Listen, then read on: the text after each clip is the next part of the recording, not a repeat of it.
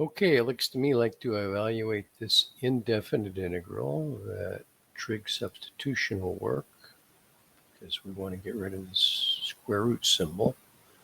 So draw the little right triangle. Here's theta.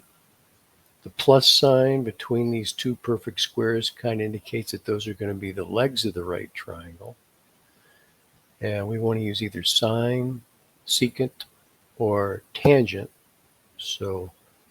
And we want the variable to be in the numerator of the trig function that we create. So looks like the tangent of theta equals e to the 2x.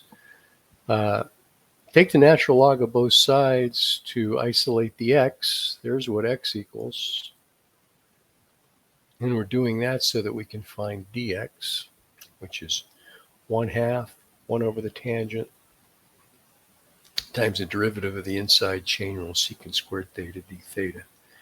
And here's what the radical becomes after we substitute tangent of theta for e to the 2x. So this is e to the 4x is like e to the 2x squared. Tangent of theta squared plus 1 is the same as secant squared of theta. Square root of secant squared is secant. So now we're ready to do the substitution. E to the 2x is the tangent of theta. Square root of e to the 4x plus 1 is secant theta.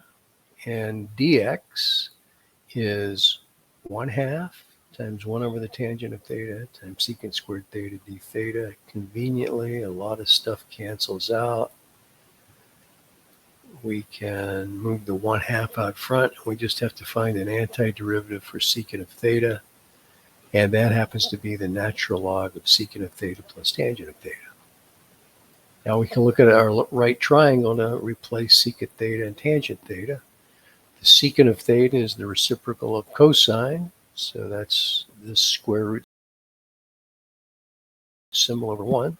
And the tangent of theta is opposite over adjacent, e to the 2x over 1. Here's the constant of integration. There's your antiderivative right there. Okay, so if you take the derivative of that, you will get this. There you go. Hope that helped. If you have any questions, post a comment.